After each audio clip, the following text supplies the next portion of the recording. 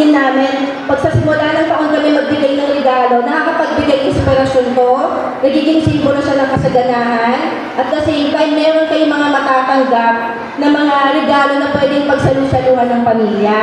So actually, itong nakita niyo mga buckets na to, may laman po yan. Siyempre, hindi mawawala. Anong produkto ang nandiyan dyan?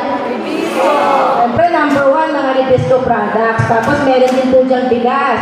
Meron din po mga assorted canned goods. So, pwede po kayong mag-fruit salad. Pwede kayong mag-sotanghon. Tamang-tama, long weekend. Diba? May Chinese New Year celebration. So, timing, meron kayong pwedeng ilapag sa mga kapagkainan nyo at pagsalusaluhan bilang pamilya. So, ayun po, sana po, sa amin po kasi talagang layunin namin makapaghatid ng saya talaga sa aming mga ang pinagbibigyan, whatever projects po na pinupuntahan namin. Hindi ito kalaki ang regalo, actually simple